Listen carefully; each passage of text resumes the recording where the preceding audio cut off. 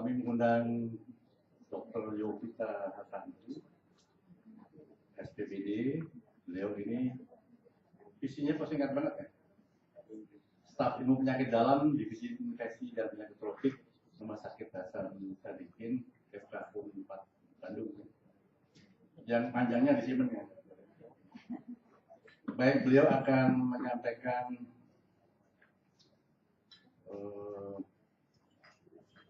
presentasinya mengenai deteksi dini dan penanggulangan dan rujukan malaria. Saya Dr. Yovita, aku kami silakan 30 menit. Ya, terima kasih kepada Dr. Hafizi. Selamat sore, Bapak Ibu sekalian. Ini waktu paling rawan ya. Sudah menjelang sore, sudah hampir akhir. Sambil makan, mudah-mudahan ngopinya agak bermanfaat, bisa agak melek sedikit. Ya, jadi saya akan memberikan sedikit mengenai malaria. Saya rasa di daerah di Kalimantan Tengah, mungkin pada umumnya Kalimantan ya. Kalimantan Tengah termasuk daerah endemik malaria ya. Kalau kita melihat data dari Kementerian Kesehatan dari Riskesdas tahun 2007 itu memang ada penurunan pada tahun 2010. Angka prevalensi malaria dari sekitar 1,9 menjadi 0,6. Tapi kalau dilihat dari annual parasite incidence itu ternyata masih ada beberapa daerah yang kasus malarianya lebih tinggi daripada angka nasional, antara lain di Kalimantan Tengah ya. Juga yang kita tahu adalah di daerah timur Indonesia Timur, yaitu Papua, Maluku, NTT, NTB, kemudian beberapa di Sulawesi dan Kalimantan Tengah, termasuk beberapa di Sumatera. Ini gambaran. Dulu saya bertugas di Papua tahun 2003 sampai 2008. Saya bertugas sebagai WKS kedua setelah saya lulus insan bisnis. Saya bertugas di Papua. Ini daerah Jayapura. Di sini juga banyak malarianya dan sudah banyak yang resisten terhadap kloroquine.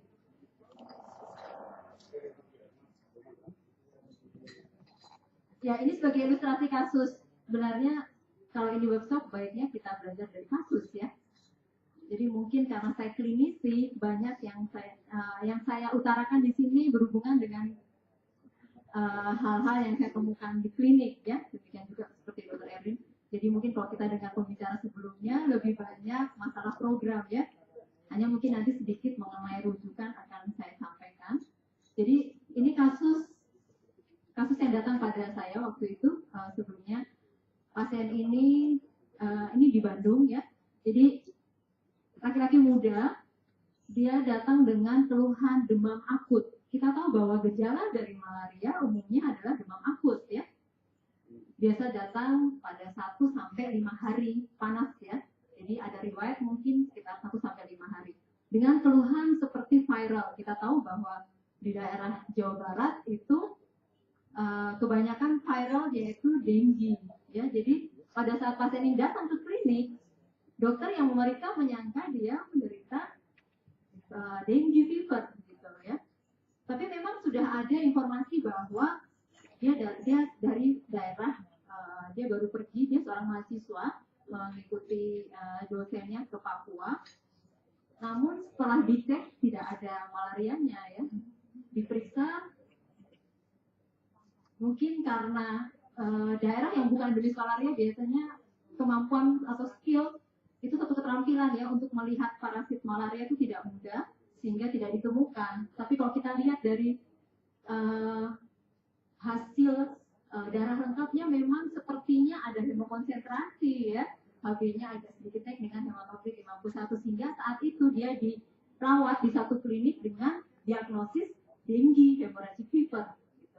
Nah, dalam perawatan hari kelima masih demam, sehingga pasien ini di-refer ke Hasan Sadikin.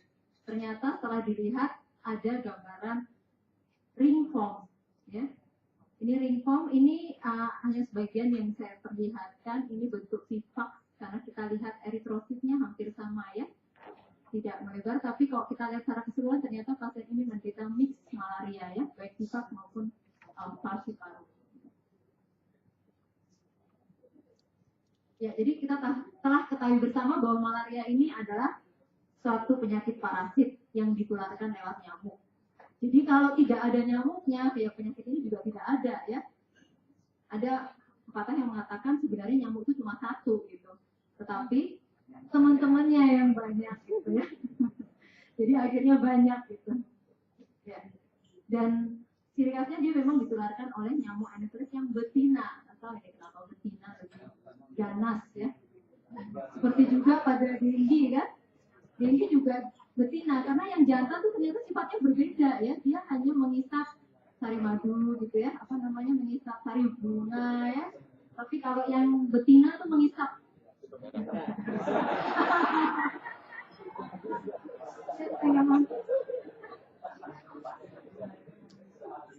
ya, spesiesnya kita sudah tahu bersama bahwa ada 4 spesies falciparum, Plasmodium ya, ada 4 spesies Plasmodium, dan yang terbaru adalah Knowlesi. Ini baru ditemukan sekitar tahun berapa ya, tahun 80 kan, atau ya sekitar era itu ya 80-90 ada Knowlesi yang ditemukan di Kalimantan ya, di perbatasan dengan Kucing atau Sarawak ya. Dan dia mirip dengan malaria tapi manifestasinya berat. Kita lihat ini jenis nyamuknya, bentuk posisi istirahatnya itu berbentuk seperti ini ya. Dibanding kalau kita lihat nyamuk yang lain berbeda. Ya, ini vektornya. Masa inkubasi adalah masa di mana dia mulai masuk sampai timbul gejala, dan ini berbeda-beda ya. Kita lihat waktunya berbeda-beda tergantung dari spesiesnya, sehingga dalam nantinya kalau pasien sudah sembuh dari penyakit malaria, maka follow up-nya, observasinya itu memang harus dilakukan dalam waktu sekitar 28 hari ya. Kita lihat di sini paling lama sekitar rata-rata 28 ya, ada sampai 40 tapi kita ambil kurang lebih 28. Artinya apa? Jadi setelah pasien sembuh ya, setelah demam hilang, setelah pasien dirawat 3 hari misalnya dengan obat yang kita kenal sekarang adalah ACT, sudah familiar belum ya di sini? Sudah ya? Dengan obat ACT, jadi setelah itu pasien tidak terus lepas begitu saja ya. Dalam rangka eradikasi ya, kita harus terus monitoring. Jadi pada hari ke-7, pada hari ke-4, hari ke-7, hari ke-14, hari ke-21 dan hari ke-28 ya, itu melihat dari ini masa inkubasi. Kita sudah tahu bersama ya mengenai patogenesis bahwa ada yang di tubuh nyamuk, ada yang di tubuh manusia dengan 2 fase ini ya. Mungkin tidak usah biar lebih cepat selesai ya. Ya ada apa? Saya mengambil istilah teman dari HCPI. Ikan cepat, ikan bagus, makin cepat, makin baik, makin bagus ya. Ya ini siklus hidupnya sepintas ya. Kemudian ini bila nyamuk menggigit manusia, malah proteinnya akan lepas masuk ke dalam sel hati, akan terbentuk trofozoid, akan dari trofozoid terbentuk merozoid, terbentuk sison. Kemudian dia pecah, merozoid akan keluar masuk ke dalam pembuluh darah ya. Dia membentuk lagi trofozoid yang berbentuk ring, membentuk sison, dan kemudian sebagian akan masuk dalam tubuh nyamuk ya, menimbulkan siklus di dalam tubuh nyamuk. Jadi ada yang di dalam pembuluh darah eritrosit atau yang di luar di parenkim hati. Ini yang kadang-kala sering menimbulkan relapse ya. Kita tahu bersama bahwa pada VIVAX ada bentuk dorman atau bentuk hipnozoid yang sering bisa bertahun-tahun ya, berbulan-bulan atau bahkan bertahun-tahun menjadi malaria yang relapse. Ini di tubuh nyamuk, sebagian merozoid akan membentuk gametosit ya. Mana ini? Kita lanjut aja. Ya. Ini bentuk yang kita sudah kenal, bentuk trofozoid, bentuk sison, bentuk gametositnya seperti pisang, ini khas pada falciparum ya. Jadi diagnosisnya berdasarkan anamnesis, pemeriksaan fisik dan laboratorium. Saya rasa yang Bapak Ibu yang hadir di sini pasti semua dari rumah sakit ya. Rumah sakit berarti sudah ada fasilitas laboratorium, betul? Dan ada petugas yang mempunyai keterampilan untuk melihat parasit malaria ya. Jadi tidak ada diagnosis malaria klinis ya. Jadi mohon bagi para klinisi jangan lagi mendiagnosis malaria klinis, itu tidak ada lagi. Ya, karena apa? Karena obat yang kita gunakan sekarang adalah obat ACT. Ya, jadi obat itu harus dengan diagnostik mikroskopik. Harus ditemukan parasit. Artinya apa? Kalau pasien datang dengan keluhan khas demam akut dengan tanda-tanda yang sudah kita kenal, trias malaria ya. Mungkin kalau di daerah endemis malaria kita sering melihat bahwa gejala malaria sering tidak klasik ya. Demikian juga di Papua ada istilah malaria pulang. Jadi cuma pegel-pegel gitu. Terus diperiksa DDR-nya atau periksa preparat malaria positif, atau kadang-kadang manifestasinya cuma diare. Ya, jadi kadang-kadang tanpa demam pun bisa, ya, terutama pada daerah yang endemis atau pada orang-orang yang memang dengan imunitas yang tinggi, ya, dibandingkan dengan yang tanpa imunitas. Jadi tidak ada lagi istilah malaria klinis. Jadi pasien harus terus diobservasi.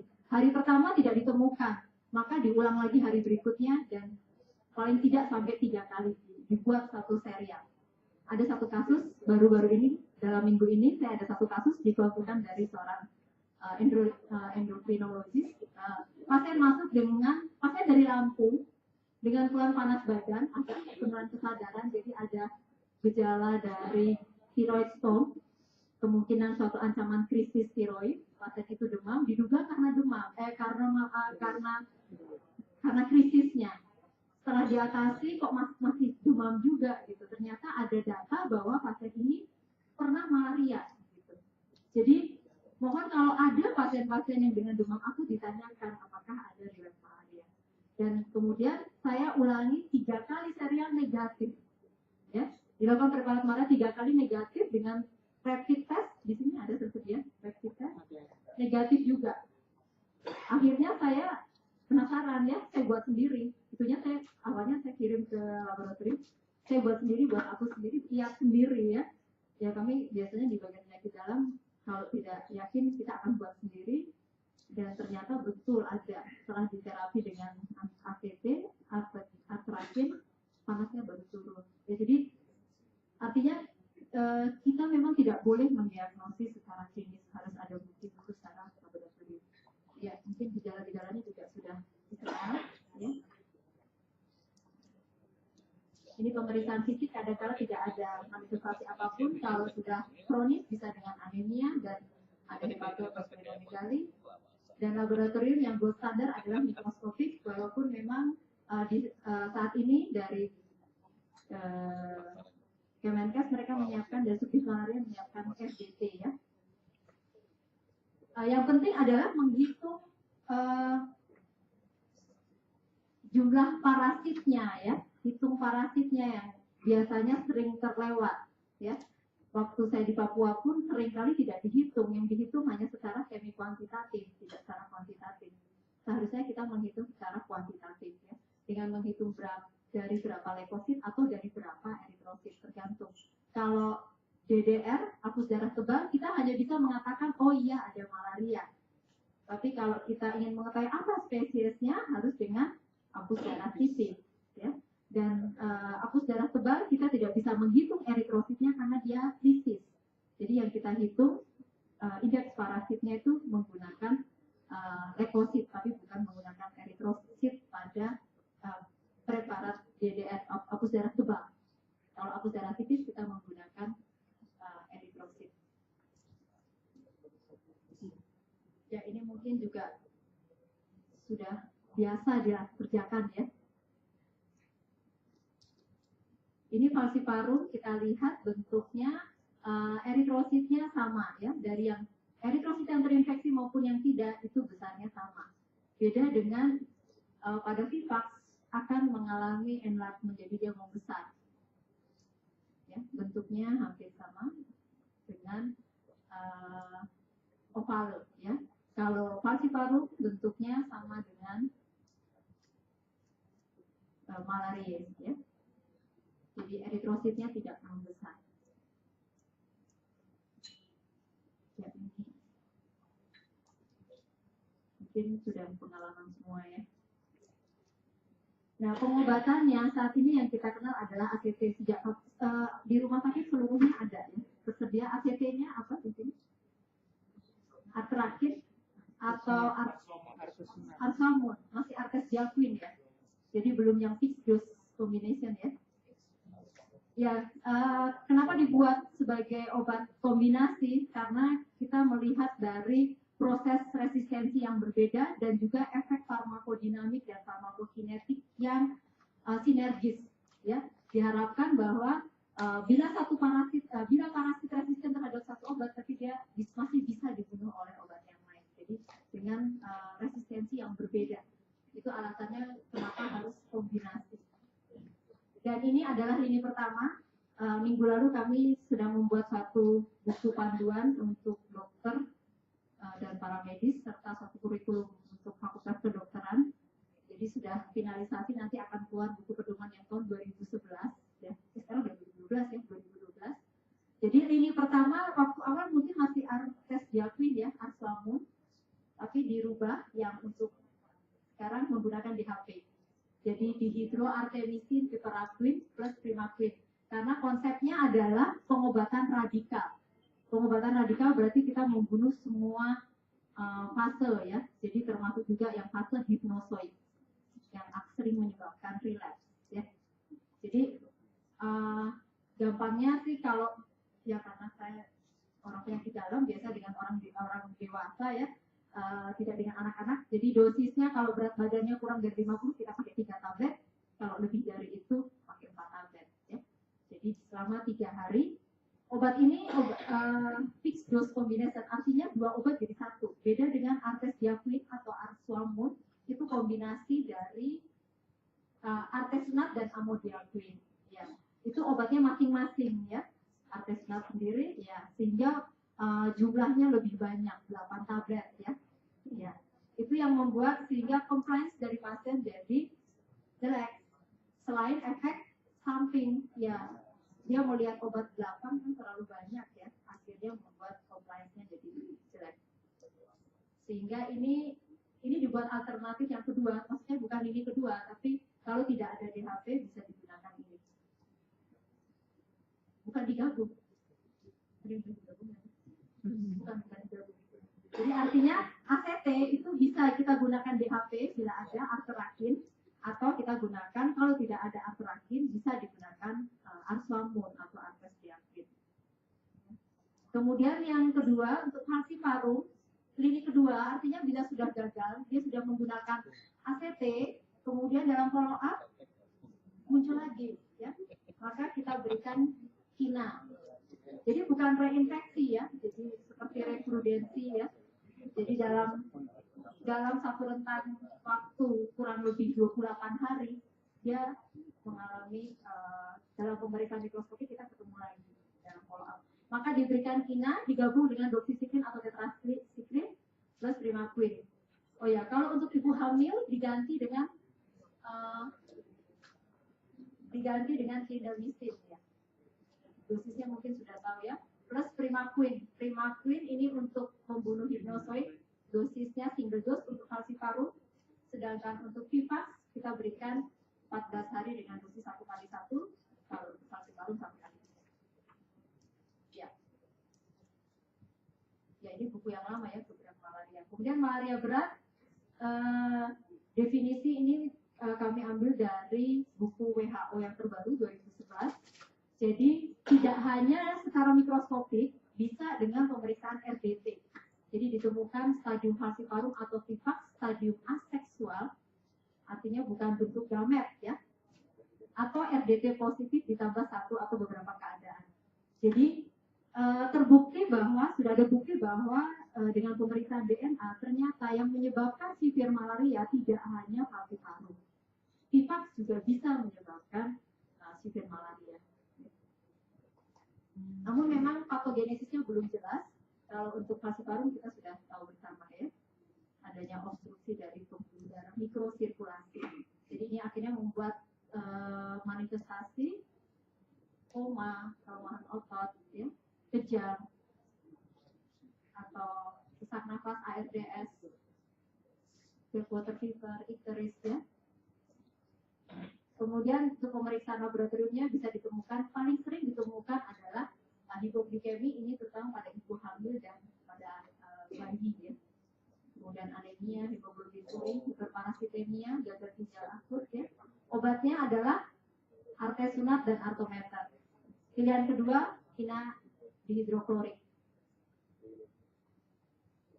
Jadi diharapkan apabila ditemukan kasus malaria berat di rumah sakit kabupaten yang ada fasilitas, saya rasa bisa ditangani ya, bisa ditangani. Namun kalau memang ada gangguan multi organ dysfunction, artinya mungkin pasien membutuhkan dengan kondisi sesak nafas yang hebat dalam kondisi ARDS, membutuhkan alat ventilator, membutuhkan alat hemodialisis, maka pasien di-refer ke rumah sakit rujukan, rumah sakit provinsi. Ya. Itu tujuannya.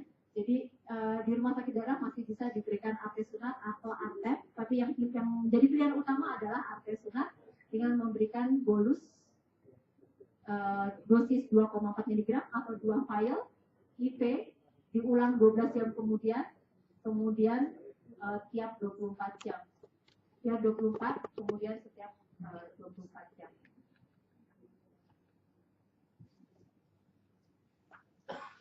Kemudian apabila pasien sadar, maka disubstitusi dengan oral.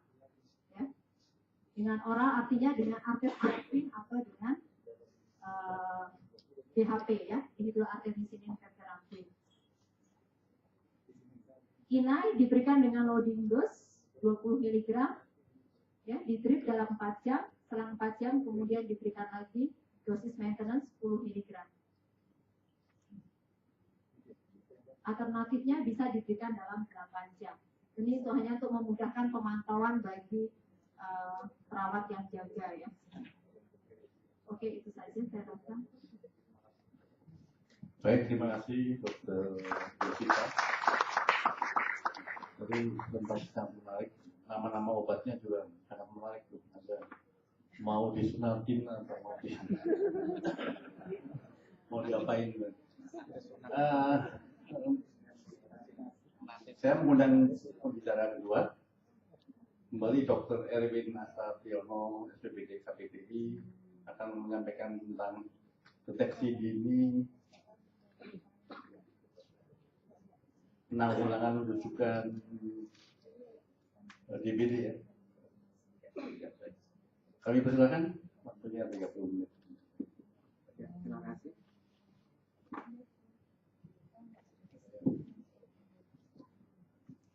Terima kasih. Assalamualaikum warahmatullahi wabarakatuh. Untuk yang kedua ini saya mendapatkan tugas share tentang deteksi dini pengelolaan rujukan dengue fever dan dengue hemorrhagic fever. Yang jelas dua materi ini baik malaria maupun demam berdarah musuhnya sama. Binatang kecil, nyamuk namanya. Yang ternyata karena nyamuk aja harus buat program. Ya. Untuk demam berdarah ini ada sesuatu yang unik pada saat kita setting layanan di pasien. Ya. Setiap pasien yang kita rawat dengan demam berdarah, dengan diagnosis terkait demam berdarah, biasanya kita sama-sama dengan pasien menghitung hari. Ya. Karena sifatnya self-limiting disease. Ya. Sehingga kalau pasien datang hari keempat, biasanya kita menghitung harinya 5, 6, 7, selesai, pulang. Tapi di balik itu semua ternyata ada beberapa hal yang membuat kita harus hati-hati. Ya. Karena di antara self-limiting disease 7 hari ternyata ada dua ancaman, shock maupun berdarah. Yang membuat kita nanti coba untuk perlahan-lahan, karena informasi yang kita harapkan nanti informasi yang bisa mengingatkan kita tentang ancaman demam berdarah. Seperti kita tahu bahwa semuanya paham bahwa epidemi terbanyak terjadi pada musim hujan. Januari terutama mulai meningkat. Tapi kita juga harus ingat bahwa di luar musim hujan ternyata masih ada sekarang ini. Tren di Surabaya, tren di Jakarta sama. Bulan Juni, Juli, musim kemarau ternyata tetap ada pasien, baik itu anak-anak maupun dewasa.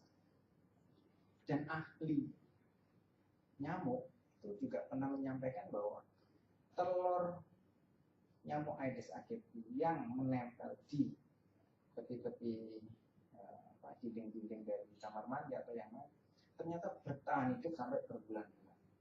Begitu musim hujan tiba, dia akan menetas. Jadi bagi nyamuk nggak ada masalah mau musim hujan atau musim kemarau, karena dia memberikan kontribusi penularan.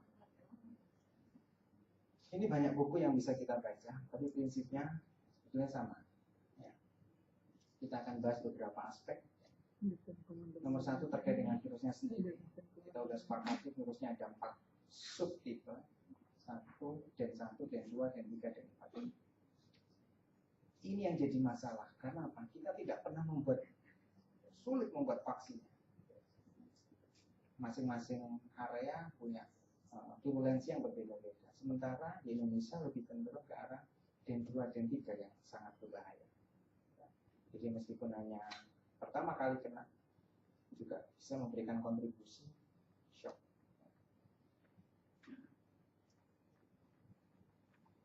Di situ ada istilah protein non struktural NS1. Ini yang sering kali kita pakai sekarang untuk petanda diagnostik dari antigen. Saya nggak tahu di Kalimantan ada nggak. Kalau ada sangat membantu sekali untuk menilai infeksi akut yang masih hari pertama, kedua, ketiga. Karena setelah itu trennya akan menurun. Karena ada 4 serotipe, ini jadi masalah dengan adanya patogenesis terkait dengan secondary infection. Yang sudah pernah kena den 1, kemudian berikutnya kena den 2, siap-siap.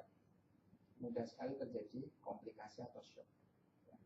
Yang primary relatif jauh lebih aman, tapi yang secondary karena patogenesisnya membuat mereka mudah sekali terjadi komplikasi. Tiap serotipe menghasilkan kekebalan, akan tetapi tidak pada serotipe yang berbeda. Ini yang membuat vaksin sampai sekarang belum bisa ditemukan secara baik. Dan yang penting reaksi silang yang membuat manifestasinya penting tidak baik. Nyamuknya penting sekali kita pelajari. Karena apa? Ciri khasnya udah jelas. Warna belang hitam putih dan seterusnya. Dan dia tidak suka di tempat yang kotor. Jadi kalau Bapak Ibu menganjurkan warga untuk kerja bakti membersihkan selokan, gak ada gunanya. Kalau misalkan mau membersihkan tempat-tempat yang jernih, itu baru ada manfaat. Tapi tidak ada gunanya lagi kalau hanya 1-2 rumah aja yang bersih.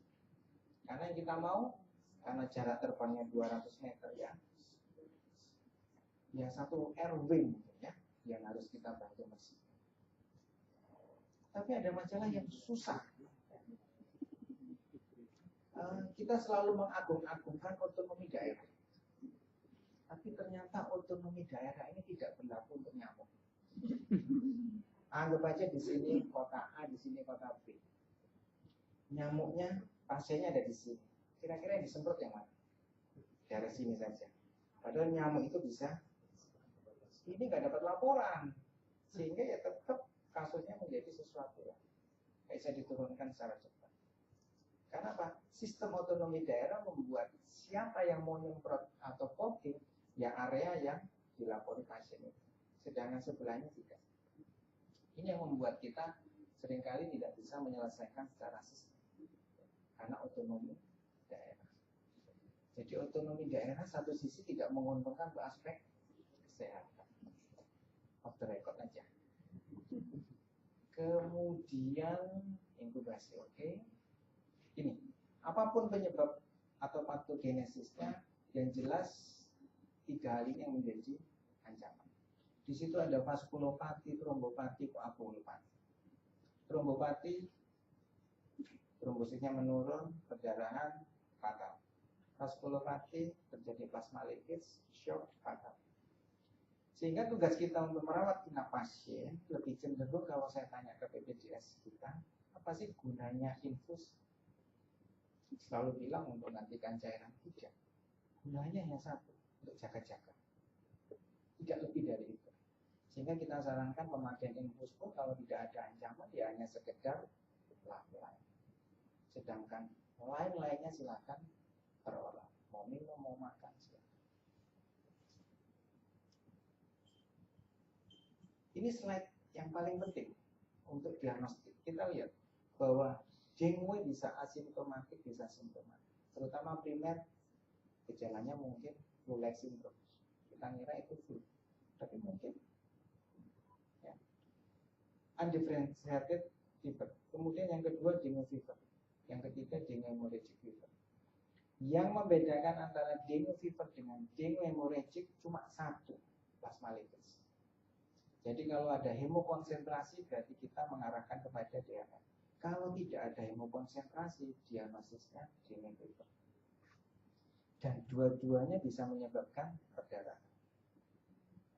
Cuma yang dengue hemorrhagic cenderung ke arah shock. Dan ini diagnosisnya diagnosis yang berkelanjutan. Kalau dia hari ketiga datang dengan kondisi plasmaletis yang tidak ada, hemokonsentrasi tidak ada, belum tentu hari kelima aman. Sehingga diagnosis yang kita buat untuk pasien itu lebih cenderung diagnosis akhir.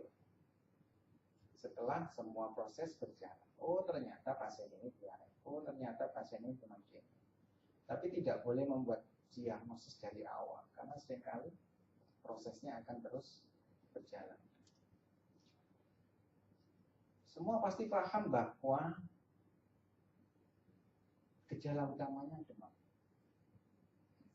Dan khas sekali untuk virus, begitu demam mendadak tinggi. Sama seperti virus-virus yang lain termasuk virus influenza. Kemudian dibarengi dengan gejala non-spesifik. Apapun, nyeri kepala, nyeri sendi, tidak enak makan, nyeri kepala ya. Demam dengan gejala non-spesifik. Kemudian baru ditambah gejala-gejala manifestasi perdarahan. Mulai yang paling ringan, rampelit positif atau ekimosis, perdarahan gusi, perdarahan hidung, perdarahan intracerebral, perdarahan intraabdominal, shock. Rampelit, petisih, bleeding dan seterusnya. Dan petanda laboratoriumnya cuma dua yang kita lihat, trombosit sama hematom, hanya dua itu. HP boleh bantu. Sehingga selalu kita katakan buat pasien kita minta izin diambil darahnya tiap hari. Karena apa? Hanya itu parameter terbaik kita untuk melihat progresnya. Entah trombositnya tambah turun, entah HP-nya tambah naik, hanya itu. Dan itu kita akan ambil sampai hari ke-7 periode kemarin. Kalau ada kenaikan 20% hati-hati, kemungkinan terjadi plasmaletis.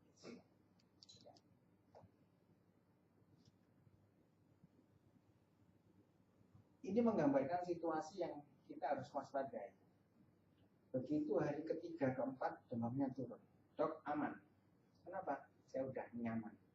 Tapi ternyata ancamannya luar biasa. Dan seringkali kita dapatkan. Hari ketiga, keempat, dia udah merasa nyaman. Keluarganya banyak yang menjenguk. Setelah itu nggak sadar. Masuk ICU. Karena apa? Shock. Sehingga hati-hati sekali. Dan di sini juga ancaman untuk trombosit yang menurun, perdarahan di sini. Sehingga justru hari ketiga keempat ini saran terbaik kita ya rawat inap, tapi tugasnya lebih banyak jaga-jaga. Dan ini seringkali kita aktifkan kepada para klinisi supaya mengedukasi. Karena kan pasiennya nyaman. Begitu tidak terjadi apa-apa, dia bangga terhadap dokternya. Oh, dokter lihat, saya kan sehat. Gara-gara dokter saya nggak masuk kerja sampai 5 hari. Dia nggak tahu bahwa ancamannya besar. DSS silakan mulai dari nadi, tensi, MAP kita evaluasi. Yang jelas ada petanda-petanda shock yang kita seringkali lewatkan, ya. Yang berupa gejala dispepsia. nyeri ulu hati, terutama pasien gemuk. Kenapa dispepsia itu lebih cenderung ke arah shock? Karena pada saat plasma likit semua air meluber ke jaringan interstitial. Di saat kita kurang cairan, maka yang dipertahankan cuma organ vital, otak, jantung, ginjal. Sehingga semua dikalahkan termasuk iskemi pada lambung. Dan iskemi pada lambung seringkali menyebabkan nyeri ulu hati. Sehingga Bapak Ibu kalau misalkan merawat pasien DHF, kalau ada nyeri ulu hati, hati-hati. Mungkin itu tanda awal mau shock. Sehingga jangan sekali-sekali terus, oh mudah ini dispepsia, kasih ranitidin. Jangan.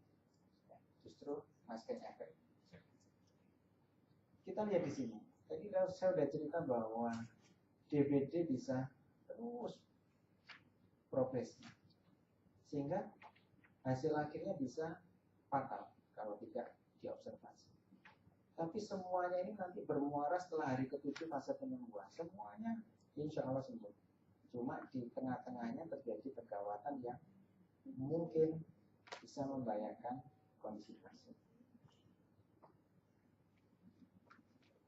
Meskipun ada informasi dari WHO tentang beberapa pedoman yang terbaru ya, tapi saya masih lebih senang yang derajat 1, 2, 3. Karena apa? Ada actionnya. Kalau derajat 1 apa actionnya, derajat 2 ada actionnya, nanti ada di slide belakang. Yang jelas derajat 1 kalau hanya ditemukan tanda-tanda demam dengan pampelit positif, derajat 1. Derajat 2 sudah ada mulai perdarahan spontan, baik itu petikil, hemimosis. Ya. Derajat 3 mulai pre-shock dan derajat 4 sudah shock. Sekarang kita bedakan antara kepentingan epidemiologi dengan kepentingan klinis. Bapak Ibu bisa lihat bahwa kalau insiden makin naik, insiden ya, berarti hati-hati pada aspek epidemiologi. Berarti apa? Peran dinas kesehatan, peran Kementerian Kesehatan untuk mencegah terjadinya penularan sangat dibutuhkan.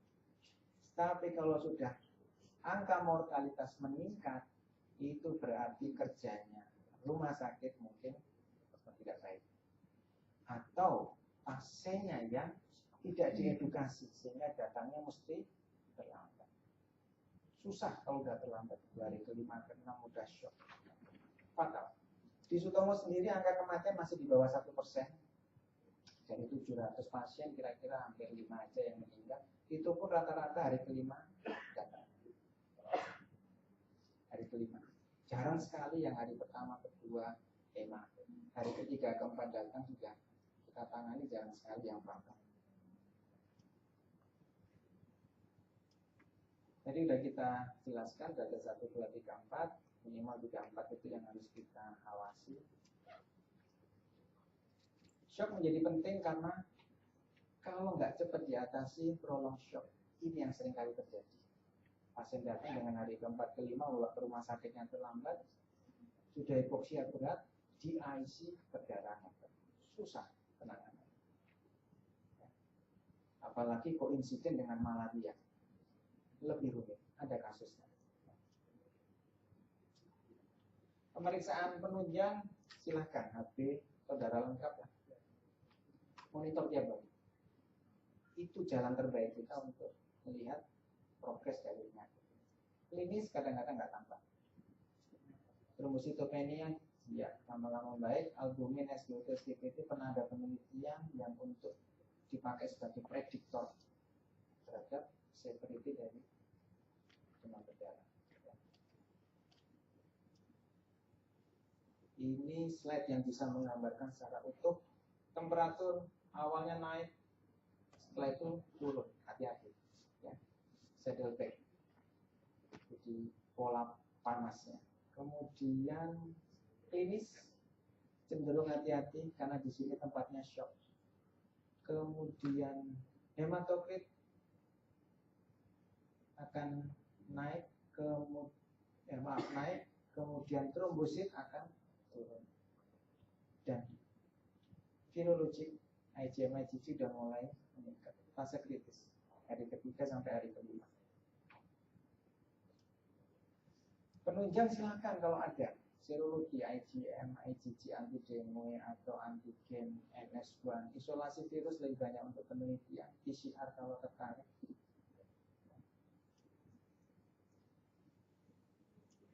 Ini penting sekali untuk IgM, IgG. Infeksi primer yang tadi kita sebutkan lebih condong terkait dengan IgM yang naik lebih dulu. Infeksi primer. Baru setelah itu diikuti IgG. Tapi kalau infeksi sekunder lebih cenderung IgG yang naik dulu, beberapa hari kemudian baru IgG. Sehingga IgM IgG menjadi prediktor terbaik kalau ada di fasilitas pelayanan kesehatan. Karena minimal bisa memperkirakan bahwa orang ini primer atau sekunder. Kalau sekunder lebih hati-hati. Kalau primer pun juga sebetulnya harus hati-hati. NS1 kalau ada silakan untuk yang awal. Selalu kita katakan bahwa nggak ada terapi khusus untuk demam berdarah kecuali jaga-jaga. Ya, lebih banyak suportif simptomatis. Mengganti cairan kalau banyak sih yang hilang, itu pun hanya untuk faktor-faktor yang terkait dengan demam berdarah derajat 3-4. Ya. Yang lebih berat lagi ya oke lah, substitusi komponen. Tapi ada indikasinya semua. Cairan istirahat antipiretik, hindari aspirin, ya, atau obat-obat NSAID yang kita sebutkan tadi. Adanya iskemik pada lambung sehingga hindari aspirin atau NSAID. Paracetamol jauh lebih aman dibanding obat-obat yang lain. Pantau tekanan darah, laborat. Ini yang penting, nah ini penting sekali. Banyak teman-teman klinisi yang menggunakan antibiotik untuk demam berdarah dengan segala macam alasannya. Tapi saya sarankan kalau kita konsisten dengan demam berdarah harusnya tidak boleh pakai antibiotik apapun, kecuali ada bukti koinsiden dengan infeksi yang lain, misalkan ISK. Tapi harus ada bukti, misalkan minimal hasil urin lengkapnya, leukositnya naik, silakan. Tapi harapan saya, harapan kita semua antibiotik dihindari untuk kasus-kasus infeksi virus terutama demam berdarah. Kemudian makanan, rehidrasi silakan. Yang hemat tetap minum, ya. Infus hanya untuk jaga-jaga, kecuali kasusnya berat. Ini ada beberapa protokol yang mungkin bisa kita ingat bersama. Nomor 1, demam berdarah tanpa shock.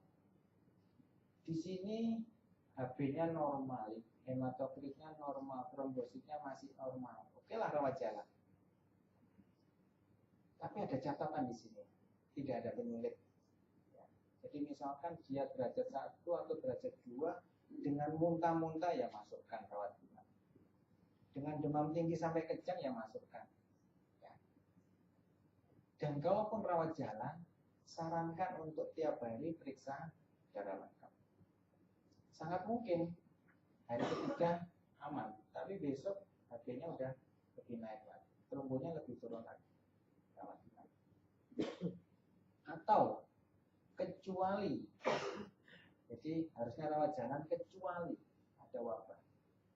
Kalau ada wabah semua grade 1, grade 2, grade 3, grade 4 semuanya masuk. Suspek masuk. Kenapa? Dibuktikan di rumah sakit. Kalau memang bukan baru keluar. Itu kalau ada wabah. Jadi kita lebih mudah mencurigai demam berdarah dan masuk rumah sakit. Kalau dibuktikan bukan baru dikeluarkan pada saat wabah. Jadi ini semua dikecualikan. Satu, ada wabah, yang kedua ada penyulit yang membuat dia harus masuk rumah sakit. Bukan indikasi demam berdarah, tapi indikasi muntah-muntah hebat, kejang karena demam dan seterusnya. Sedangkan sisanya kalau udah mulai trombosit menurun, ini ada protokol 2. Terapi cairan DBD, prinsipnya kristaloid. Apapun gradasinya, maka kristaloid menjadi kunci dari pengobatan untuk demam berdarah. Tidak usah mikir koloid, dextrose dan lain. Kristaloid. Kemudian dievaluasi.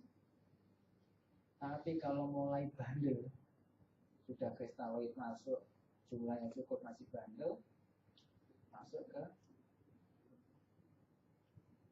terapi demam berdarah, protokol yang ketiga. Ya. Cairannya udah cukup semua, perbaikan oke. Yang di sini tidak ada perbaikan. Jadi sudah dikasih cairan, tidak ada perbaikan.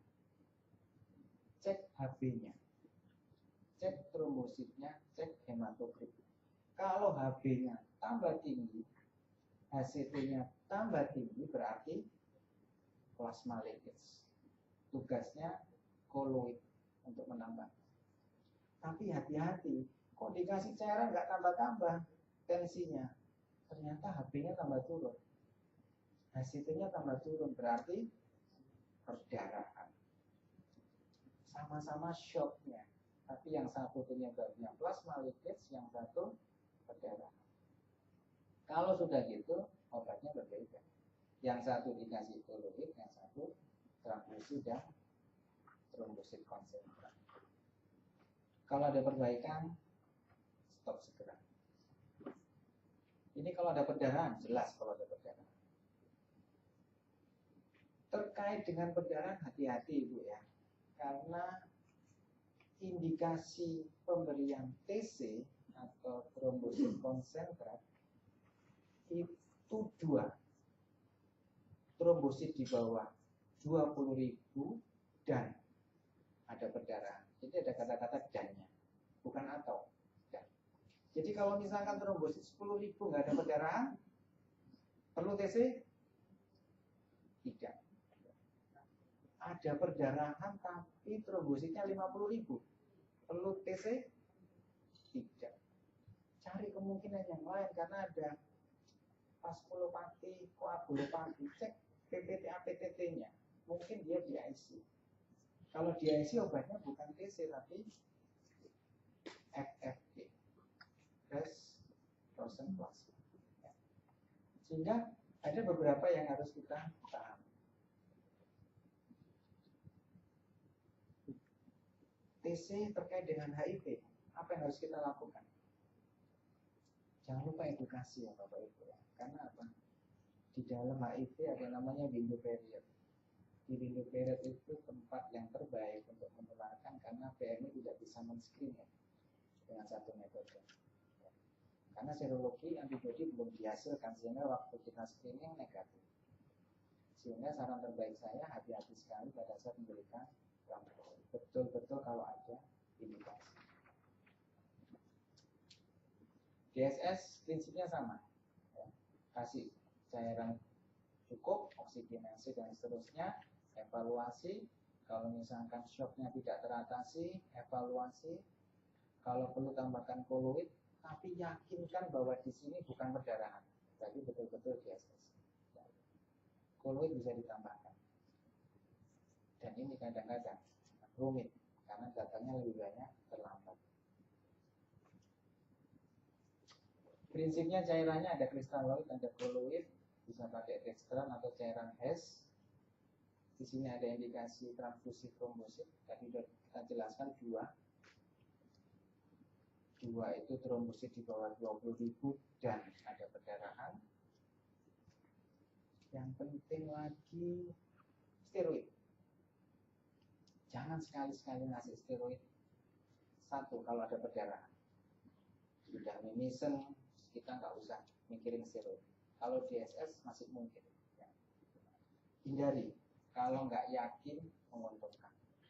Karena studi apapun ternyata mau dibaca di textbook apapun lebih banyak cenderung tidak menganjurkan. Ada beberapa yang menganjurkan tapi studinya tidak banyak. Kalau ada perdarahan di lambung, kalau bisa hindari menggunakan antijuk. Karena jelas sekali penanganannya lebih cenderung ke arah mau kasih TC boleh, mau kasih PFC boleh untuk nyetop perdarahan. Suatu saat kita kedatangan tamu dari Thailand. mereka punya statement yang cukup unik. Kita nyampaikan ke mereka kalau TC membantu pada saat trombosit kurang dari 20.000 dan ada perdarahan. Ternyata jawaban orang Thailand guru besar di sana percuma.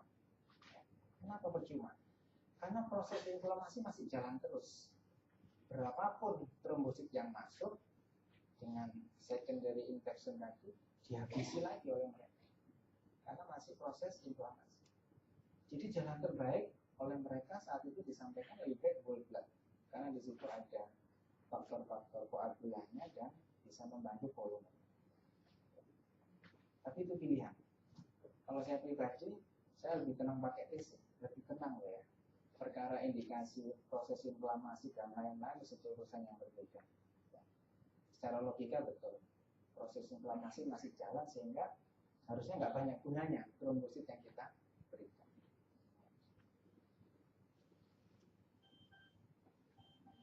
Sign of recovery. Kapan mulai recovery?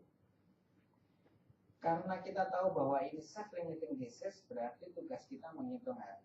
Selama belum hari ke-7 periode demam, apapun parameter yang membuat bukti itu dianggap normal, kita anggap belum. Jadi tetap 7 hari. Yang jadi masalah kok insiden. Misalkan kita pernah menangani tipes dengan demam berdarah, susah menghitung harinya. Ini mana dulu yang dimulai? Tapi prinsipnya kalau itu tunggal, 7 hari periode demam harus dihitung dengan tanda-tanda yang lain, misalkan hemodinamik baik, normal temperatur, hati-hati. Cairan yang tadi rembes, plasma leakage, karena kita lupa mengurangi kecepatan cairan, sehingga terjadi numpuk. Yang pada hari ke-7 plasma leakage kembali lagi cairan. Ditambah cairan yang kita berikan akhirnya model. Ini indikasi rawat jalan. Minimal 7 hari nggak ada keluhan dan seterusnya. Terima kasih. Semoga bermanfaat. Assalamualaikum warahmatullahi wabarakatuh. Baik, terima kasih Dr. Erwin. Saya persilakan duduk di depan.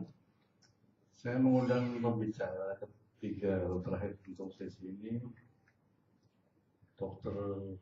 S.H. Manulang, sarjana hukum atau salam beras. Dr. S.H. Manulang spesialis bedah. Beliau ini profesinya banyak, ada ahli bedah, infection control konsultan, patient safety konsultan, dan pengalamannya juga banyak. Terlalu banyak kalau di baca satu-satu. Anggota ID, GAPI, PABI, Peruki, Berdalin, Hapsik, banyak ahli ya. Dr. Manulang akan menyampaikan infection control di rumah sakit dan pasien kes lainnya. Kami persilakan. Iya, mudah-mudahan nggak ngantuk ya. Ini kita udah sore.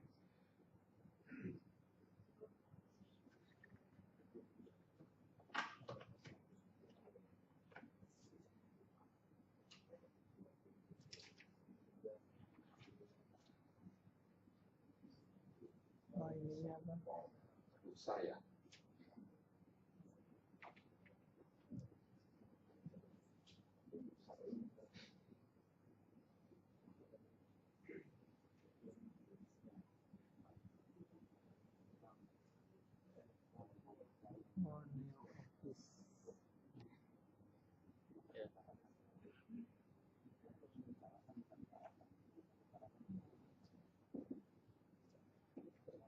Iya, peran PPI dalam pasien safety. Ya, dalam hal PPI ini kita bicarakan pencegahannya. Ya, kalau pencegahan itu istilahnya nggak ada yang khusus-khusus. Nanti akan kita lihat bagaimana yang khusus tadi. Ada juga, misalnya seperti tadi kita udah bicara TB, bicara HIV/AIDS, dan HIV/AIDS itu juga kita golongkan sama dengan yang melalui darah atau cairan tubuh. Di mana letaknya PPI itu? Jadi PPI itu adalah bagian dari quality pelayanan kita. Nah, quality ini pasien safety sebagian dari quality, jadi seluruhnya ini.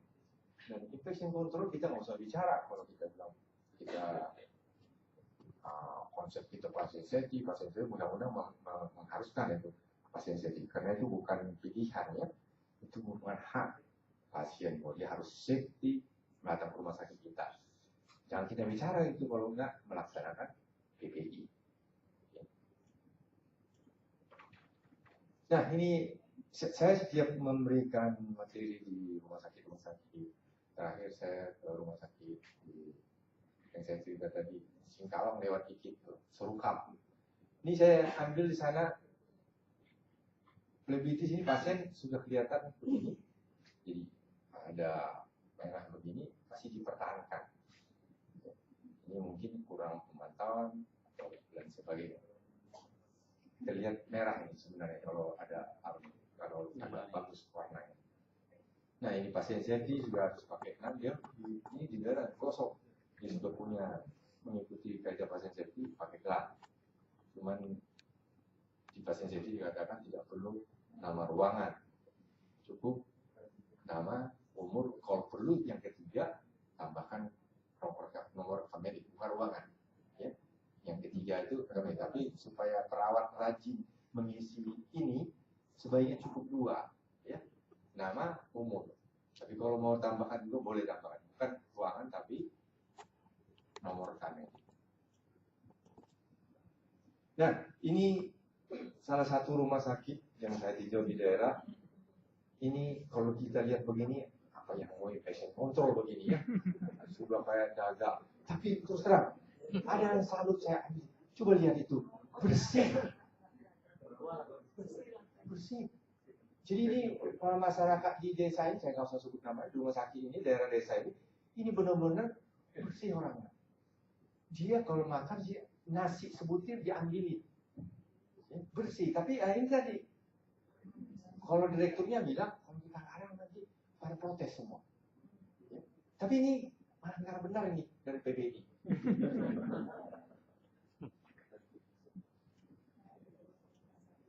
Nah, ini kan sama juga samping. Nah, ini salah satu lagi, mau saya ilustrasi saja.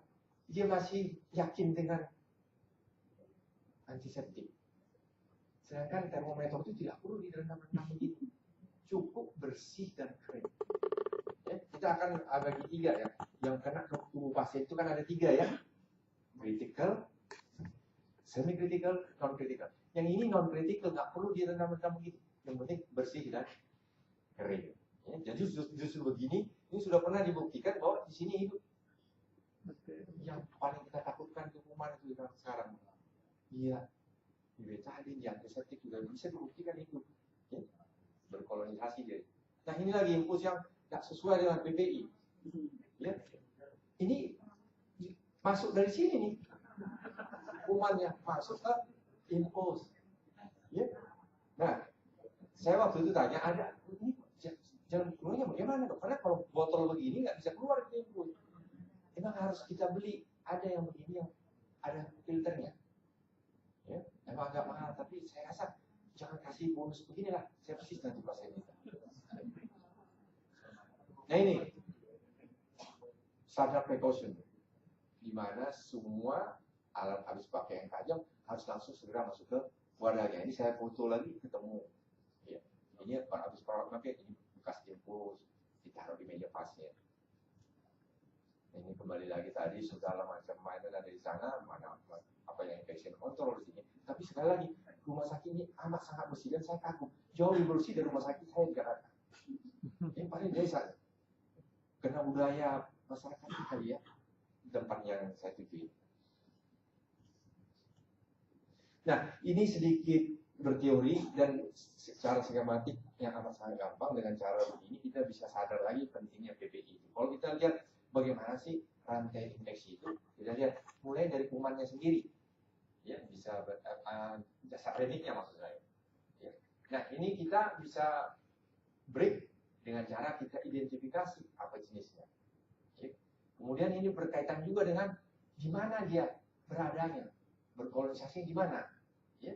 Nah, dari tempatnya tadi, sebagai contoh, kalau misalnya di rumah sakit saudara-saudara masih pakai gayung, coba nanti pulang ke rumah sakit pegang itu gayungnya, ada lendir-lendir di sana. Ya. Itu sudah termasuk begini ya. Demikian juga keran di rumah sakit. Malah kadang-kadang saya temukan keran di ICU. Saya masukkan jari kelingking saya berlendir di sana. Nah, ini sebenarnya salah satu teori tadi yang dari diare tadi, ini bisa Clostridium di sini ada di sana. Bisa dia pasien begitu malah diare. Dia datang tanpa diare, masuk rumah sakit timbul diare. Ya, itu gimana letaknya? Nah, dari tempat yang beradanya tadi, ya, tempat dia berada, dia keluar menyerang kita itu pada itu exit point-nya. Ya. Kontak bisa. Ya, exit point-nya itu dengan cara bagaimana? Tangan. Jadi nggak ada kaki. Makanya sekarang kalau di kontrol masuk ICU, nggak perlu ganti sepatu. Langsung dari mobil masuk ICU, pakai saja sepatu. Kenapa? Yang mindahin kuman ke pasien bukan sepatu, tapi tangan. Bila Anda tidak melakukan si tangan yang benar pada 5 moment ya, mungkin tidak masih ingat lagi 5 moment itu sampai membohong, pakai ganti sepatu, pakai ganti baju masuk ICU, itu bohong semua ya, tidak ada guna. Di Indonesia masuk ICU pakai baju khusus itu tujuannya membatasi pengunjung. Kalau nggak dibatasi itu datang berbondong-bondong, namanya orang Indonesia satu RT datang dia masuk ICU. Jadi terpaksa kita pura-pura bilang harus ganti baju. Ya, syaratnya hanya satu sebenarnya, ya. Jadi code. Kalau di CDC itu kadang code jas. Jadi kalau saya pakai jas begini mau periksa masuk ICU, ini harus saya buka. Code kenapa? Code itu kan nggak cuci tiap hari, tapi kalau baju ini kan saya cuci tiap hari. Nah ini terus terang harus seminggu nih, belum cuci nih, ya. Nah ini nggak boleh masuk ICU. Nah itu tolong diingat lagi nanti kalau ada SOP di rumah sakit saudara nanti masuk ICU harus pakai baju khusus, pakai buka sepatu, ya. Nah, pengunjung bisa kita suruh buka sepatu dengan alasan pengunjung kita belum tentu sama-sama bersih sepatunya. Kalau dokter kan pasti bersih, perawat kan pasti bersih sepatunya, nggak mungkin berlumpur gitu ya. Nah, itu caranya berpindah.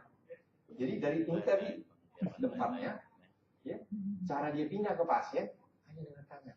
Atau ada cara lain ya dengan airborne atau droplet. Ya.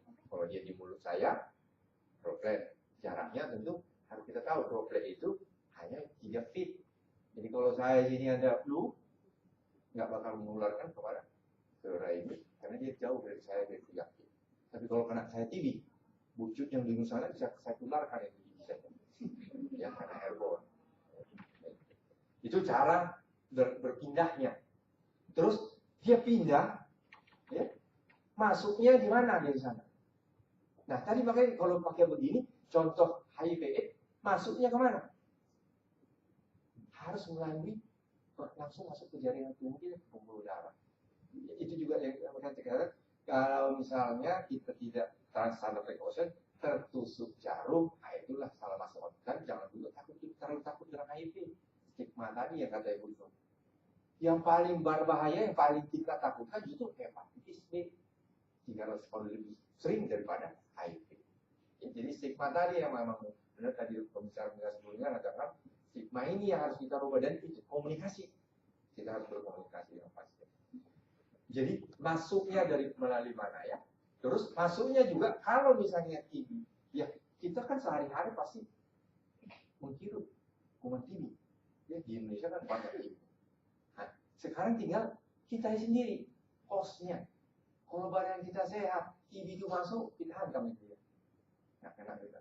Tapi pada saat kondisi kita turun, imun kompromis atau kena penyakit, bisa kita terserang. Jadi, yang arti kata, untuk mencegah TB, salah satu pencegahan adalah rajin berolahraga.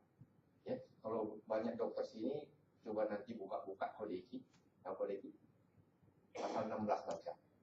Ya, siapapun dokter itu, kalau tidak memberikan petunjuk atau memberikan pola hidup sehat kepada masyarakat, dia melanggar kode pasal 16. Ada yang peraturan lain, dokter-dokter yang merokok, dokter-dokter yang perutnya gemuk, badannya gemuk, itu itu sudah melanggar kode etik nomor 16. Benar itu? Nanti baca lagi kode etik. Ya kita di Papua kedokteran nggak pernah tahu itu kode etik, nggak pernah diajarin, apakah iseng-iseng baca lagi. Pasal 16, ingat nanti dicatat aja, pasal 16 buka itu. Siapa yang merokok? Maka yang merokok itu sebenarnya nggak perlu perda. Kalau kita dokter, dapat sapi itu pasal 16, nggak bakal merokok. Dan nggak bakal malas olahraga. Saya terus terang lari 3 kali seminggu 10 kilo. Umur saya sudah 59,5. 6 bulan lagi saya pensiun 6 bulan. Ya, jadi inilah kira-kira yang bagaimana rantai infeksi. Sehingga ini kalau kita lihat nanti, boleh nanti bertanya sama panitia, ini adalah cara kita memutus rantai tadi. Ini semua. Salah satu contoh ini ada hand hygiene, hand washing. Ya, itu adalah mencegah jangan sampai kuman itu berpindah. Ya. Kuman di lantai, biar di lantai. Nanti balik ke rumah sakit, coba lihat. Masih ada sapu nggak di rumah sakit Anda?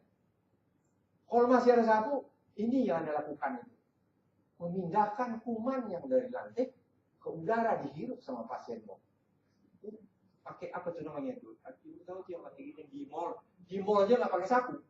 Coba pergi ke mall manapun di Indonesia ini nggak ada sapu sana. Dia pakai. Masa rumah sakit pakai sapu? Ya, itu kira-kira kalau kita melihat ini kita bisa mau berpikir sedikit, kita tahu ini salah kita tahu. Kalau kita paham sedikit mengenai ini, rantai infeksi. Ya, dengan demikian kita memerlukan PBI. Ya, kita sudah lihat tadi rantai infeksi, kita sudah lihat tadi bagaimana infeksi itu terjadi ke pasien kita dan juga ke diri kita ya. Jadi kita juga membatasi diri. Nanti kita akan lihat seperti HIV ya. HIV itu nggak usah pusing-pusing, nggak usah standar precaution kamu lakukan plus kontak precaution. Itu saja Anda selamat daripada HIV dan Anda selamat daripada hepatitis B. Nah ini pencegahan ya, melindungi pasien, melindungi kita, healthcare worker ya, dan mengapain pelayanan kita. Nah ini kalau cara nyebarnya infeksi tadi ya, dari lingkungan saya katakan, ya ini ya, ini bagus ini rumah sakit. Nah ini masih ada nggak benar ini ya, ini aspergillosis ada di sini. Jadi hati-hati kalau Anda di bawah ini batuk masih, Anda bisa menghirup nanti aspergillosis. Ya, jadi ilustrasi saja yang perawat di salah satu rumah sakit di Jakarta, orang Batak sudah 5 tahun menikah tidak punya anak, itu kalau di Batak itu namanya anak mahal. Kemudian anaknya ini laki-laki, itu juga lebih lagi orang Batak kalau anak laki-laki sama mereka, kecuali gua ya, kalau gua Batak, kalau gua Batak nggak ada sama perempuan sama laki. Nah dia lahir dengan seksi di rumah sakit tersebut, Apgar skornya itu 9 atau 12 saya lupa. Itu normal. Seminggu kemudian dia batuk pilek, pneumonia, 2 minggu kemudian dia mati. Nah, saya lihat itu rumah sakit RR-nya itu recovery room-nya setelah habis operasi itu 6 meter dari ujung sini sampai ujung sana begini semua nih. Jadi artinya bekas AC yang bocor diperbaiki, bocornya nggak diberesin ini ya. Jadi ujung sini, ya saya juga itu. Jadi memang kalau kita kena aspergillosis, pneumonia, ya separuh kaki kita di alam gaib, satu separuh di dunia. Jadi ini bayinya itu anak untung dia perawat rumah sakit itu dia tidak menuntut. Ya. Jadi dari pasien dan lingkungan bisa menginfeksi pasien, bisa menginput tugas, bisa instrumen kita juga. Ya. Demikian juga dari kemarin inilah penyebaran infeksi rumah sakit. Semua hampir 90% oleh tangan. Sekali lagi, oleh tangan. Ini pindah kemari oleh tangan, ini pindah kemari juga oleh tangan. Boleh tangan yang langsung, boleh tidak langsung. Yang tidak langsung bagaimana? Kebiasaan korek-korek hidung. Mungkin. Nah, makanya MRSA itu kalau mengetesnya di hidung. Kira-kira. Tidak langsung. Kalau kita perlu, kita pegang handle pintu. Kita habis buang imun, handle pintu pegang, itu sudah nempel di sana itu virusnya. Oke? Nah, bapak yang satu mau keluar dia pegang lagi. Habis pegang ke sana dia begini-begini lagi. Dia tertular. Padahal dia nggak dekat sama orang flu. Ya, jadi kadang-kadang kalau Sobat Sarif, kok gua kena flu? Gua tadi jauh jaga-jaga, tuh ada orang flu jauh, gua buru-buru begini jauh. Tapi kena flu juga. Ya itu di situ kontak yang tidak langsung tadi. Ya. Jadi antara lingkungan juga bisa. Semua ini kemarin, tangan. Sekali lagi hand hygiene. Makanya harus taat dengan hand hygiene. Jangan bicara infection control kalau kita nggak taat dengan hand hygiene. Nah, jadi seperti tadi saudara, untuk infeksi atau menular perlu transmisinya, jadi berpindah, ya, berpindah. Memindahkan itu yang saya bilang tadi 90% dengan tangan. Jangan juga lama rawat, ya. Jadi tangan, ya. Dan semua sebenarnya basicnya isolasi proses. Ya, isolasi proses itu ada dua, yang standar, yang expand atau advance atau additional atau transmission based precaution. Yang ini standar ada 10, mula-mula 7, yang ini 3 saja. Nah, saya cerita sedikit bagaimana ceritanya 7 jadi 10. Ini yang pertama ditambahkan itu adalah etika batu. Itu asal mulanya waktu flu burung itu. Nah, orang nggak tahu tuh, karena ngaco-ngaco mengenai batuk ini waktu cepat menular dilakukan oleh batuk. Etika batu itu kalau kita mau batuk atau bersin pakai tisu, langsung tisunya dibuang, langsung aja. Kalau nggak ada tisu, batu-batu harus di ketiak Anda. Bersin juga. Jangan teman sebelah, ya, keluar sebelah, ya. Jadi kita batu di situ. Nah, kita semua petugas kesehatan harus tahu bagaimana etika batu itu. Itu ditambahkan gara-gara flu. Yang kedua, tambahan yang baru, itu ada terjadi outbreak, anti-outbreak itu terjadi di satu bangsa akibat operasi hepatitis. Pasien-pasien habis operasi di salah satu kompleks karena hepatitis B. Ya, di sini punya selidik, ada dokter anestesi sini, atau ada yang dari OKA. Dokter anestesi itu punya kebiasaan yang amat sangat jelek dan sadis. Dia pakai obat narkosa itu satu spray untuk semua pasien. Jadi kalau pasien ini membutuhkan 1 cc saja, spray yang obat X tadi, yang obat X 1 cc, dia butuhkan, dia masukkan ke spray ini 10 cc. Ini untuk semua pasien ini, suntik hanya ganti jarum. Nah, makanya keluar safety injection, gara-gara kejadian ini. Nah, ini kisahnya waktu saya cerita di rumah sakit Caritas di Palembang, itu waktu makan, datang anestesinya ke saya sambil matanya berkaca, dia bilang, saya sudah 10 tahun dokter anestesi, jangan melakukan apa yang dokter katakan tadi tidak boleh. Jadi saya berpikir ada berapa ribu pasien yang bisa saya tularkan dengan cara saya tadi. Mulai dari hari ini saya tidak akan lakukan itu. Memang benar satu spek untuk satu pasien. Ada sisa, buang itu obat. Jangan kau masukkan lagi, walaupun ganti jarum. Ya, nah, ini salah satu lagi. Makanya timbul yang kedua yang baru tadi, safety. Nah yang ketiga, safety lumbal fungsi. Nah ini terjadi juga outbreak. Outbreaknya adalah mendadak di suatu tempat bangsal tertentu timbul meningoencephalitis. Diselidik kumannya satu jenis, pneumococcus. Satu jenis kumannya semua. Diselidik rupanya pneumococcus dari hidungnya dokter anak tadi yang melakukan, dia nggak pakai masker. Jadi dia lumbal fungsi tanpa masker, entah bersin, entah batuk, entah ngobrol dia sama susternya, masuk ke lumbal fungsi tadi pneumococcus. Jadi meningoencephalitis itu pasien. Makanya sekarang dibidik safety. Untuk lumbal fungsi harus safety benar, pakai masker, pakai topi. Itu kira-kira yang makanya ditambah 7 dari 10 sejak tahun 2007. Nah, standarnya tetap ini. Semua ini adalah infeksi tidak anggap, ya. Jadi tidak ada kecuali, oh ini mesti hati-hati. Oh ini enggak Pak Haji, belum tentu. Oh ini pendeta enggak belum tentu. Ya. Jadi semua kita anggap harus dia mungkin hepatitis, mungkin dia AIDS. Jadi kita perbuat hanya satu, gampang kok. Standar precaution. Ya. Karena dia kita anggap infeksius semua cairan tubuhnya dia. Ya, kecuali keringat itu. Nah ini standar precaution. Diterapkan untuk semua pasien tanpa kecuali. Jadi baik haji, baik pendeta, baik tentara, baik semua suami yang setia, apa istri yang setia, tetap kita anggap begitu. Ya, jadi jangan patokan profesi tadi. Nah itu kalau untuk VCT katanya bolehlah menaat media. Tapi kalau kita sebagai petugas sewaktu-waktu tetap waspada bahwa itu kita anggap. Ya. Asumsinya mencegah setiap orang potensial terinfeksi atau terkontaminasi. Ini yang 10 tadi, yang kuning-kuning itu yang saya katakan tadi yang baru. Ya, 10 ini. Ya, nomor 1 hand hygiene, APD APD itu alat pelindung diri, dari mulai topi, masker, dan lain sebagainya. Ya. Ini nanti bisa dilihat di buku. Nah ini aja nih kebenaran murid saya, artis Jacqueline ya. Serius ini murid saya, Jacqueline yang gini. Nah, dia waktu turun saya bikin peraga untuk menaikin.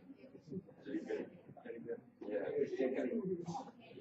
Nah ini Hendra, jadi tolong ya, Pak, coba kita sama-sama melakukan ritual ini.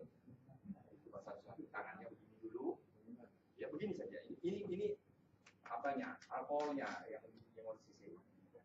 Sengaja begini, ya boleh silakan diri.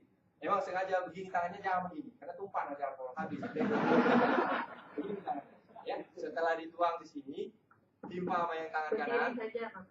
Ya, dengan diratakan. Oke. Setelah itu punggungnya. Ya. No. Ini punggung.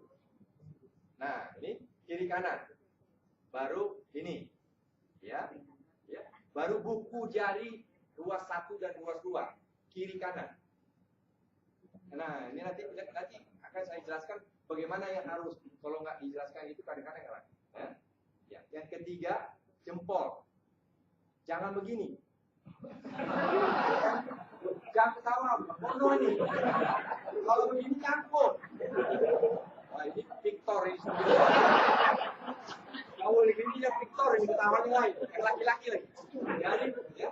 Nah, begini supaya bebas. Kalau begini campur. Kiri kanan.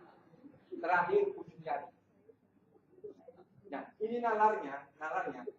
Yang pertama ini tadi supaya semua permukaan tangan.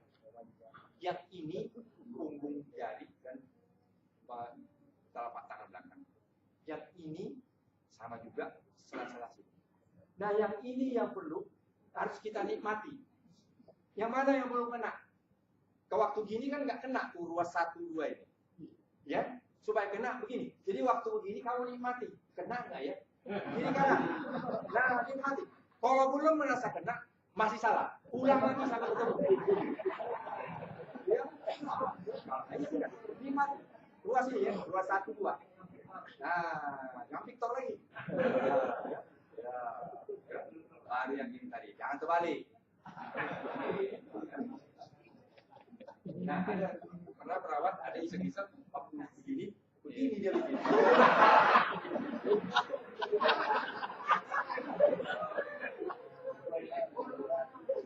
Jadi sebaiknya kalau Anda sebagai direktur atau kepala saya nggak di rumah sakit ya, direktur saja. Kalau direktur pagi-pagi misalnya punya kebiasaan kumpul dulu dokter, ayo berdiri semua, ayo lakukan. Karena kalau kita nggak hafal, kita nggak akan lakukan. Jadi kita mesti hafal langkah ini supaya hafal tiap hari. Ya, tiap hari. Karena ini di sini menganjurkan dokter perawat begitu masuk rumah sakit untuk tugas pagi hari harus langkah awalnya ini dulu dikerjain sebelum dengan pasien. Mau pulang begitu juga sebelum dia tinggal rumah sakit. Inilah dilakukan supaya apa? Yang di rumah nggak dengan MRSA. Anda kerja di ICU, MRSA semua di sana. Sampai rumah, mama pulang, tak gendong anak. Belum sempat cuci tangan. Anda bikin hidup polarisasi di hidung. Kan anak-anak nggak bisa dong kita larang ngomong gini. Nah, tangannya kena, gini, polarisasi. Suatu saat dia batuk pilek. Kuman ini merajalela. Dia berubah ke dokter anak yang biasa-biasa di praktek. Dikasih antibiotik dia saja. Sampai belum ini dia mati. Karena kan tidak nyangka. Ini anak nggak pernah di rumah sakit. Nggak nyangka dia mungkin MRSA. Tapi akibat apa? Karena Anda yang memindahkan dari rumah sakit ke anak Anda. Kira-kira gitu. Jadi tolong yang lupa hand washing lagi, hand rub lagi. Ya. Nah ini 5 momennya itu tinggal dibaca saja, bisa dibaca. Tidak perlu dibaca. Ini yang kelilin lagi alat pelindung diri cara masangnya ya sudah tahu semua dia. Tadi yang atas dulu, baru yang bawah. Waktu buka jangan terbalik. Waktu buka yang bawah dulu, baru yang atas. Dan jangan sekali lagi, jangan coba-coba kamu pegang ini. Waktu buka tali pegang langsung buang. Kenapa? Ini sudah dianggap kontagius, infeksius maksud saya. Ya, jadi talinya saja yang kau langsung dibuang. Dan jangan coba-coba naruh-naruh ke leher. Habis itu pasang lagi. Itu ngaco. Saya pernah foto dari koran, seorang ahli bedah saraf yang paling terkenal di Jakarta mengadakan simposium operasi dengan luar negeri. waktu dia operasi, ini handscootnya begini, masker begini. Ini orang ini udah dunia, tapi ngaco benar basicnya. Begini nih, maskernya. Dia kan harus untuk hidup. Itu saya foto buat saya enggak saya sampaikan. Pasti Anda kenal semua itu orangnya siapa. Oke. Nah ini cara-cara ini bisa dilihat ya. Kalau untuk sebagai contoh nanti kalau lihat kalau ganti spray tempat tidur pasien cobalah lihat para jangan pakai handscoot. Kalau dia pakai handscoot ganti tempat tidur itu karena dia jijik, bukan infection control. Direktur nanti pusing beli handscoot terus, kalau handscoot dipakai ya enggak. Mendorong pasien nggak perlu, ya mentensi pasien nggak perlu pakai handscoot. Walaupun pasien dia tensi nggak perlu pakai handscoot. Ya syaratnya cairan tubuh dia jangan kau pegang. Pasien saya banyak terus terang aja pasien saya ditarakan tuh di klinik orang-orang pasien saya banyak operasi abses di leher, abses di pangkal, abses segala macam lah. Ya kalau dia cairan tubuh dia tidak pegang langsung. Ya, dan kalau kita ada luka dikit, yang nggak usah dulu lah, kita di belakang layar saja dulu, jangan ikut karena kita bisa suatu hilang tuh ada luka. Ya, jadi ini hanya kaidah-kaidah saja. Ini yang pakai mana di sini sudah ada jelas ya. Nah ini tadi saya bilang tadi respirasi, higien atau etika batuk. Sekali lagi, semua dokter, semua perawat kalau bersin jangan coba jangan begitu lagi. Ke sini, batuk juga, gitu ya. Itu kalau nggak punya tisu, sapu tangan juga sebenarnya nggak bagus. Kalau sapu tangan nanti masuk lagi sini. Habis itu ada yang lagi buang lagi masuk lagi. Itu namanya kolonisasi kuman juga kan. Nah ini tadi yang diceritakan Dr. Sila tadi. Cohort sistem pengaturan tempat. Kalau di luar negeri sekarang sudah jelas. Rumah sakit biar kelas berapapun tidak ada satu kamar satu pasien. Itu belum di sana. Ya kita kan belum dong. Nah karena belum kita gunakan apa? Cohort system. Cohort system artinya apa? Menggabungkan dalam satu tempat dengan infeksi yang sama. Ya. Tapi ada syaratnya. Jarak tempat tidur. Ingat lagi itu. Tolong diingetin PCN-nya di rumah sakit nanti. Jarak tempat tidur harus pinggir ke pinggir 90 cm atau 3 feet. Ya supaya gampangnya sudah 1 meter. Itulah. Nah kalau lihat sudah lagi. Hasilnya ini harus ada keluasan untuk petugas. Jadi super sibuk tuh perawat. Harus waktu-waktu kan. Nah harus 2,5 meter minimal. Ini patokan-patokannya harus dibaca dan dibuat SOP-nya di rumah sakit nanti. Ya, itu baru mau ngomong. Kami sudah jalan ke kontrol. Ya, tadi ada PCN dan ceritanya. Saya salut sama Anda. Jangan lupa bersuaralah terus. Ya, orang kritis itu syaratnya 3 baru berguna. Atau orang kritis syaratnya 3. 1, dia harus cerdas. Kalau nggak cerdas orang kritis bohong. Itu namanya debat kusir. Yang kedua, melek informasi. Dia cerdas tapi nggak melek informasi. Melek informasi artinya gini. Sudah dikasih tahu kau jarak tempat tidur 1 meter, kau sok-sok kritis. Tempat tidur nggak kau protes 1 meter. Itu namanya melek informasi. Yang ketiga, care. Kalau kau nggak care, semua dokter dong. Biar aja dulu. Nah, itu 3 ini. Itu baru kritis yang berguna. Ya, bagus itu. Jadi kau berjuang sendiri, nggak apa-apa. Mulai dari dirimu. Ya, dan jangan mengirim orang. Lo nggak cuci tangan, 3 jari ke sini. Lakukan. Ya kalau kau mengeluh, aduh ini ruang kamar gelap, nyalakan aja 1 lilin. Paham ya? Nah, jangan melulu kita ruang gelap atau kamar gelap. Nyalakan 1 lilin kalau kau bisa nyalain lampu 100 watt. 1 lilin saja kau nyalain. Ini dia tadi yang dicontohkan juga cohort system atau kamar isolasi. Ya. Nah, nih, maaf, saya gambar ini saya gambar nggak tahu ambil dari mana ini, bukan rumah sakit atau apa kali. Ini horden ya. Nah, sebenarnya lebih baik tidak pakai horden, tapi kalau dibutuhkan privacy pakai horden boleh. Syaratnya ada lagi. 1 minggu 1 kali ini harus cuci. Nah, ini ada rumah sakit horden. Dok, saya tanya perawatnya waktu latihan kan meninjau nih. Ini udah lama. Kalau nggak salah tahun lalu. Lalu ada yang baru. Udah kalah satu lagi. Alat instrumen gitu ya. Alat instrumen. Jadi sekali lagi.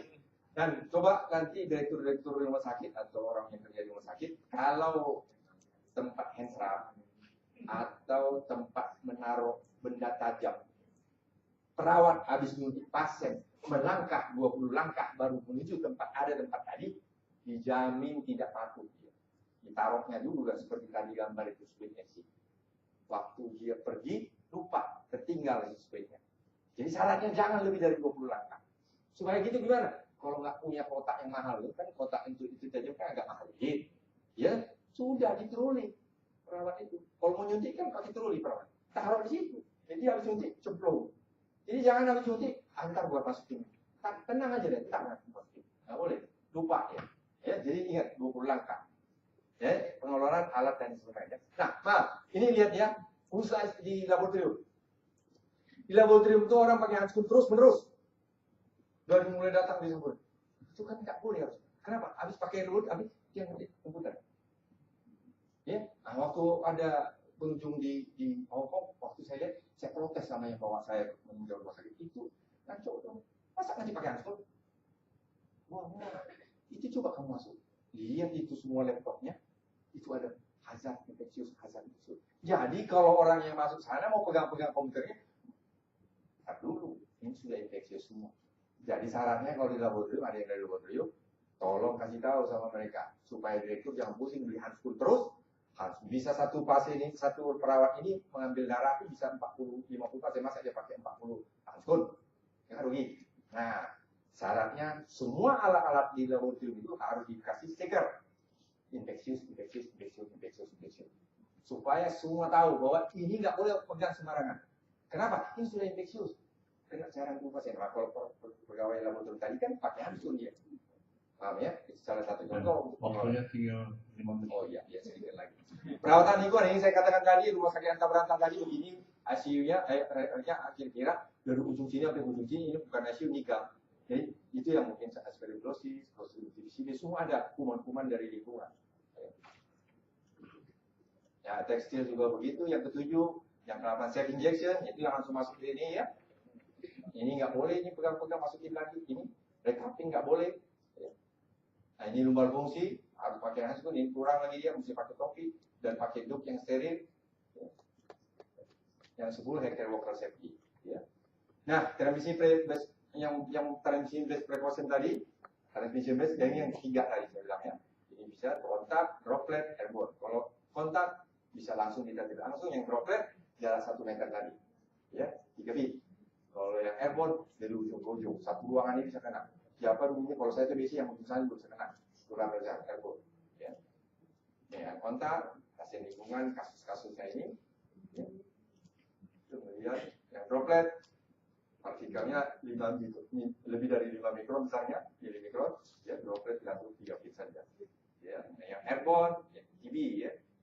Nah, ini ada apa istilahnya? Kontradiksi.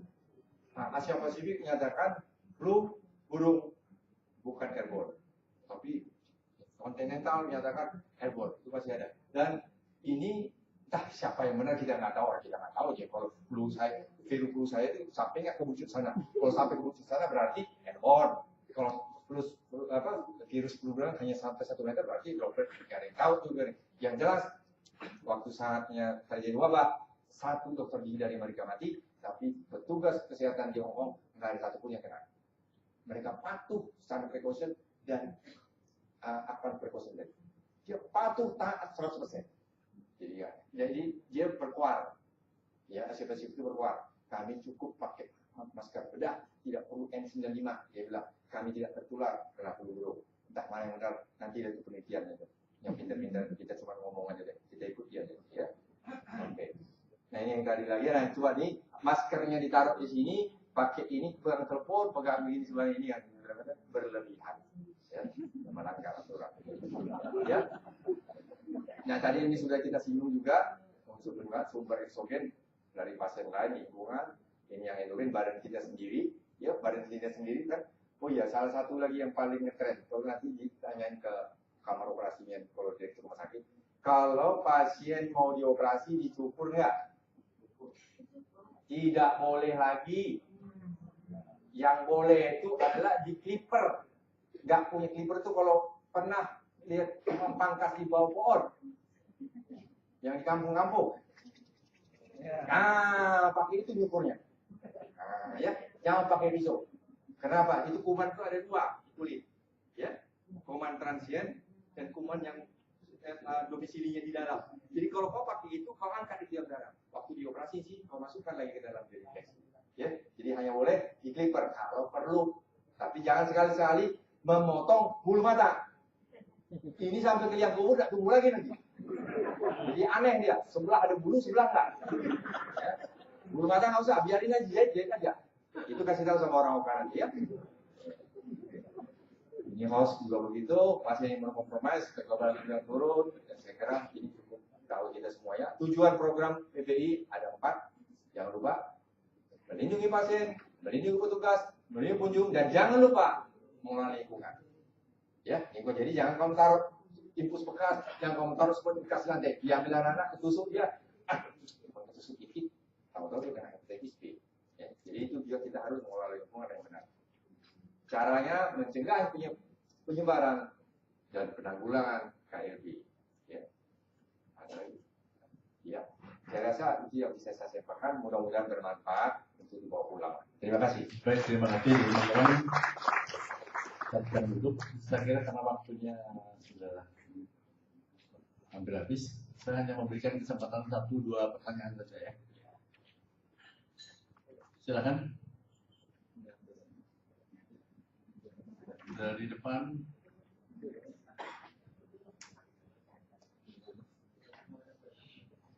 Mas. Dari belakang ada satu, silakan.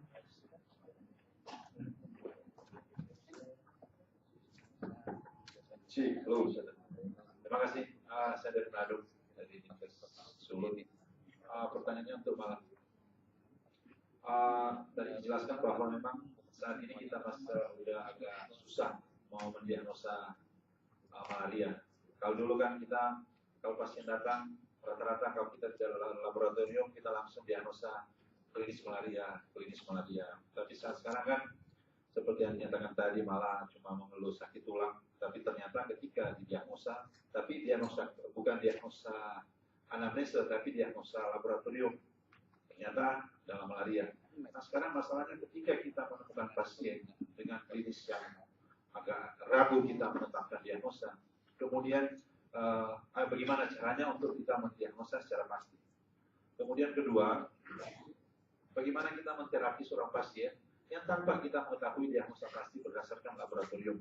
Karena kalau dari pemaparan tadi kan pemberian terapi sini kan semuanya berdasarkan dasar laboratorium. Nah, sekiranya kita tanpa laboratorium, apa yang kita lakukan? Apakah tetap kita memberikan terapi malaria, obat-obat misalnya seperti Arsuamon atau tidak? Terima kasih.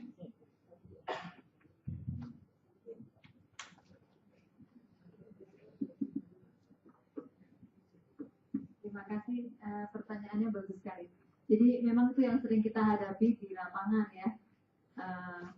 Pasien terutama di daerah Manado, masih sekarang Manado, di daerah yang endemis, di mana pasien sudah mempunyai imun ya, dengan imunitas yang tinggi terhadap malaria.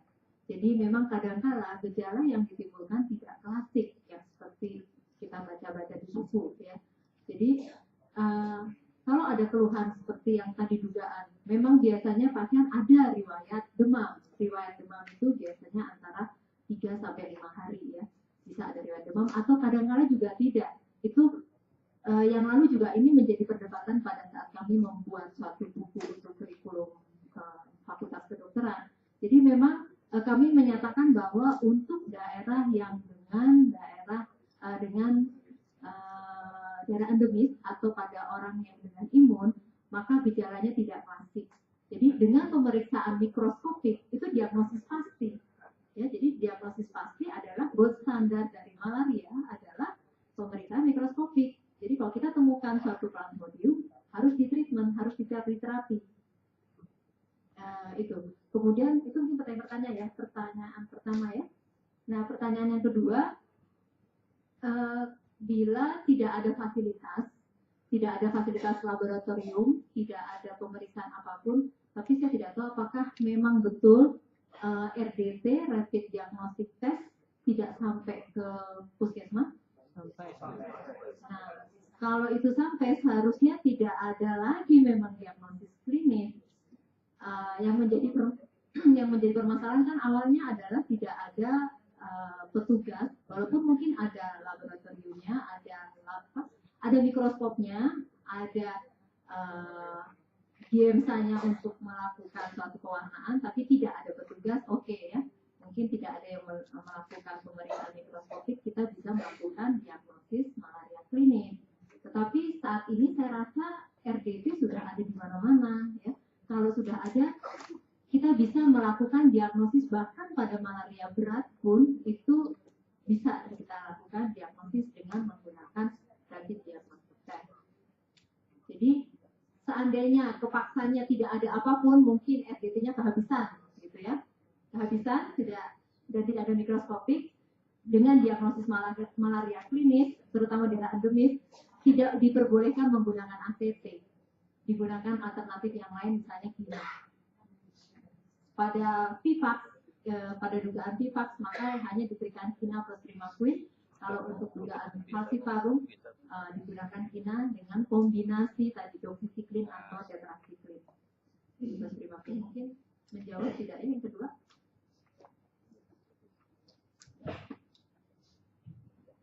Baik, terima kasih Bapak Ibu sekalian, karena waktunya sudah jam 4.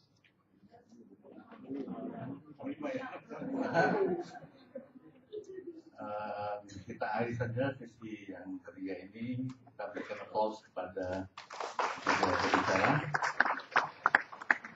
Dan waktu saya kembalikan kepada pembawa acara. Terima kasih.